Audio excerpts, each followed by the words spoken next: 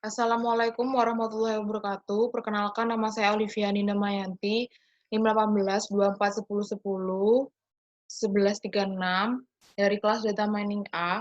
Nah, di sini saya akan menjelaskan mengenai tugas dari praktikum modul 6 tentang Cummings clustering. Jadi nomor 1, tugasnya adalah normalisasikan dataset iris menggunakan normalisasi min-max. Nah, sebelum itu terdapat ini, kita import dulu from sklearn cluster import Cummings yang digunakan untuk mengimport Cummings clustering-nya. Kemudian ada import pandas SPD yang digunakan untuk mengimport datasetnya, yang mana pada Cummings clustering ini kita membutuhkan sebuah dataset. Kemudian terdapat from sklearn processing import min-max color yang digunakan untuk mengimport min-max color yang berfungsi untuk mengubah nilai atribut menjadi range 0 hingga 1 atau bisa digunakan sebagai untuk normalisasi sebuah data. Di sini juga ada from matplotlib import pplot as.plt yang digunakan untuk mengimport untuk menampilkan sebuah grafik. Kemudian di sini ada matplotlib inline yang digunakan untuk menampilkan sebuah scatter plot pada halaman notebook collab. Nah, di sini ada df, pd, red CSV, konten iris CSV yang digunakan untuk membaca sebuah dataset iris CSV. Kemudian kita print dengan df head yang digunakan untuk mengprint sebuah dataset pada 5 baris pertama atau dari indeks ke-0 hingga ke-4. Terdapat kolom sepal length, sepal width, petal length, petal width, dan variety. Nah, di sini ada variabel scalar sama dengan min-max scalar yang berfungsi untuk normalisasi atau mengubah nilai atribut menjadi range 0 hingga 1. Kemudian kita isi data scalar-nya dengan data sepal length. Kemudian data sepal length tersebut akan diubah menjadi data scalar yang telah ditransformasi atau data yang telah di scalar yang sudah dinormalisasi. Kemudian juga kita isi scalar-nya dengan data sepal width, yang mana data sepal width tersebut akan kita ubah menjadi skala yang telah ditransformasi atau data scalar yang telah dinormalisasikan tadi. Kemudian scalar-nya kita juga isi dengan data petal length, di mana data petal length tersebut akan kita ubah menjadi data scalar yang telah ditransformasi atau data yang telah dinormalisasikan. Kemudian kita akan isi juga scalar-nya dengan scalar fit petal width, yang mana data petal width tersebut akan kita ubah menjadi data scalar yang sudah ditransformasikan atau data scalar yang sudah dinormalisasikan tadi. Kemudian kita print df head. Nah, maka akan muncul data sepalengnya berubah menjadi range 0 hingga 1, yang mana berbeda dengan sebelumnya yang masih bernilai 5,1, 4,9, 3,5, dan seterusnya. Kemudian pada soal nomor 2 adalah tampilkan scatter plot sebelum clustering. Nah, di sini saya pada ukurannya menggunakan PLT figure fixed size 20x5.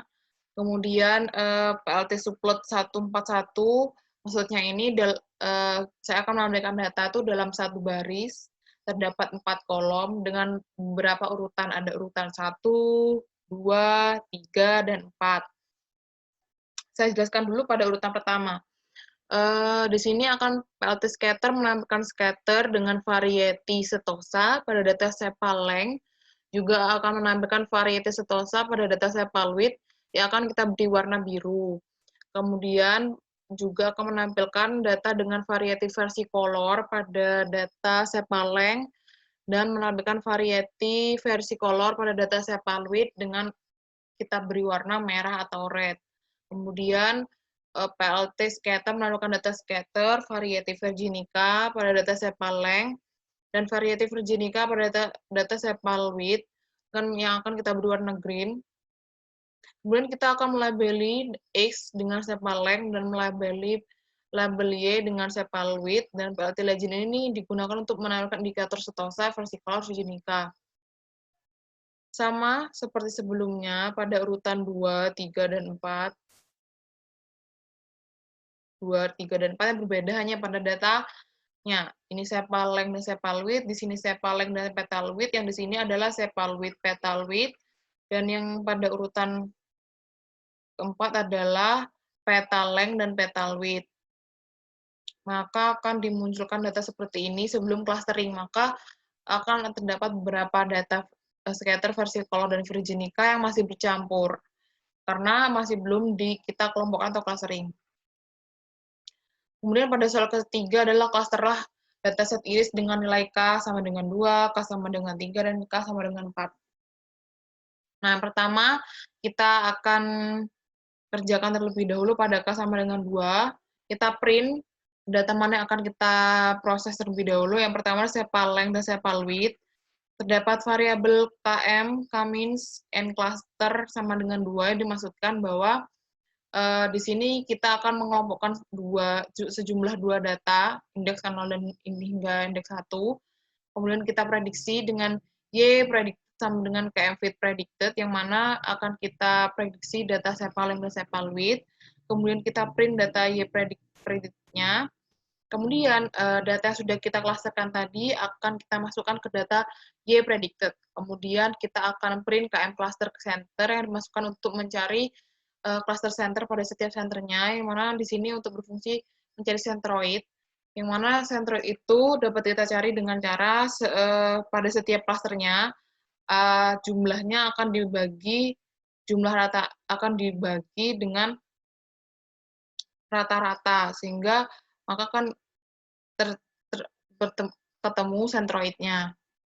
Kemudian di sini ada iris 1, iris 2 untuk mendeklarasikan iris 1 deklarasi klaster 0, iris 2 mendeklarasikan klaster 1, di mana variabel ini digunakan untuk berfungsi untuk memberi warna. Iris 1 sepal length, iris 1 sepal width akan kita beri warna biru, iris 2 sepal length, iris 2 sepal width akan kita beri warna green. Di mana setelah itu KM cluster center yang telah kita cari tadi centroidnya indeks 0 atau yang dapat kita masukkan menjadi X, dan KM cluster center centroid yang berindeks 1 akan dimasukkan dengan Y, akan centroidnya berwarna black, bermarker bintang, dan labelnya centroid. Kalau legend dimasukkan untuk menampilkan indikatornya. Maka akan muncul seperti ini. Ini merupakan data dari predicted-nya tadi, dan ini merupakan dari data KM cluster center-nya tadi. Maka akan muncul seperti ini scatternya. Ini yang hitam merupakan centroid-nya yang akan berdekatan dengan Y predicted-nya tadi yang telah diprediksi. Seperti ini. Karena mengapa 0 dan 1? Karena kita menggunakan jumlah klaster 2. Berbeda dengan 3 yang akan angkanya akan 0, 1, atau 2. Nah, di sini ini merupakan centroid-nya tadi, yang ini merupakan X, dan ini merupakan Y. Sama seperti sebelumnya, yang berbedanya pada datanya, yang sebelumnya adalah sepal length dan sepal width, di sini adalah sepal length dan petal width, dan prosesnya sama seperti sebelumnya. Yang berbedanya pada datanya, maka akan muncul seperti ini hasilnya. Ini merupakan data centroid-nya, dan ini pada data sepal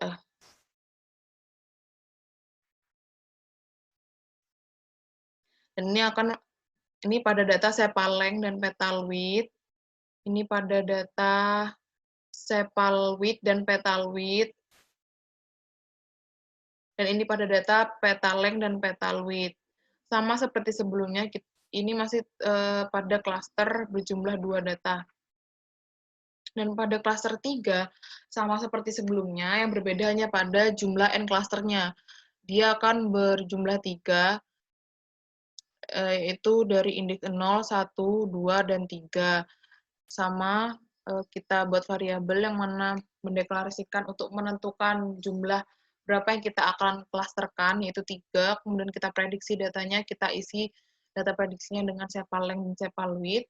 Kemudian kita print, kemudian data klasternya yang tadi kita sudah lakukan, kita ubah ke data Y predicted, kemudian kita mencari centroidnya, kemudian kita buat variabel untuk mendeklarasikan warnanya nanti blue, green, red, yang mana nanti centroidnya akan menampilkan pada X dan Y-nya. Akan muncul seperti ini, terdapat 3 kelompok, dan centroidnya akan berdekatan sesuai dengan yang Y predicted tadi. Sama berbedanya pada data sepalnya, sepal length, tadi kan sepal length, sepal width, sekarang sepal length dan petal width, kemudian ada sepal width dan petal width, kemudian ini akan 3 klasternya, 3 kelompok, kemudian dengan data petal length dan petal width. Nah, kemudian klaster 4 sama seperti sebelumnya berbeda, yang membedakan hanya pada data yang klasternya 4, dengan jumlah data 4, pada indeks 0, 1, 2, dan 3. Yang mana sama seperti proses sebelumnya. Nah, di sini ada indeks. Jadi di sini kita akan prediksi terlebih dahulu dengan data sepal length, sepal width. Kemudian data yang klasternya kita akan ubah masukkan ke data Y predicted, kemudian kita cari centroidnya, kemudian kita buat variabel yang dapat mendeklarasikan warnanya nanti, blue, green, red, and yellow. Maka nanti klasternya dapat 4 kelompok. Clusteringnya terdapat 4 klaster, yang terdapat centroidnya masing-masing berdekatan dengan Y predicted yang telah kita lakukan tadi. Berbedanya pada datanya, tadi sepal length, sepal width, sekarang sepal length, petal width, kemudian ini sepal width, petal width, kemudian ada petal length dan petal width. Nah, kita akan membedakan data scatternya sebelum clustering dan setelah clustering.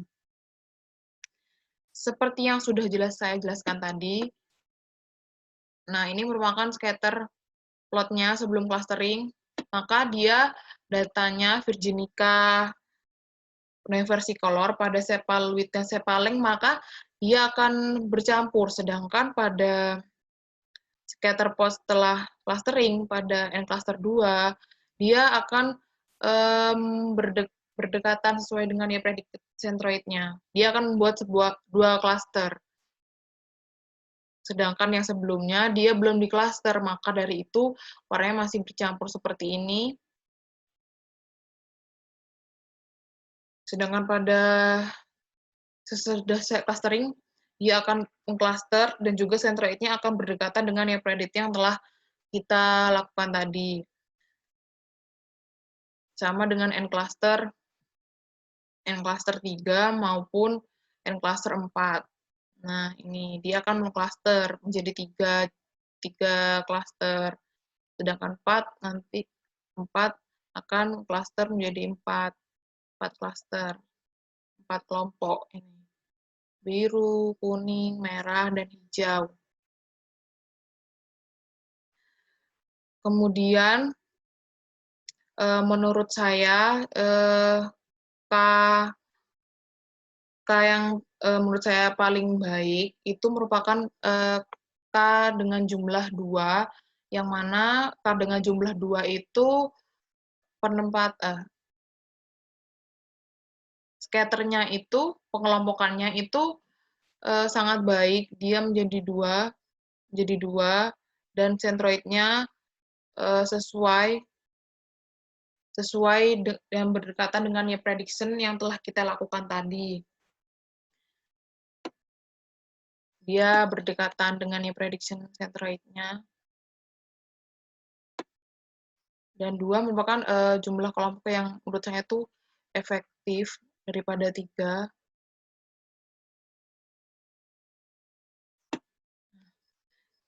Kalau menurut saya 2 lebih baik karena dia lebih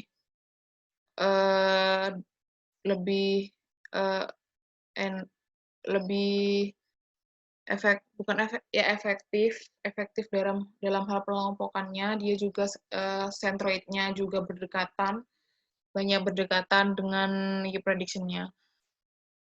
Itu menurut saya. Terima kasih. Apabila ada salah, mohon dimaafkan. Sekian dari saya. Wassalamualaikum warahmatullahi wabarakatuh.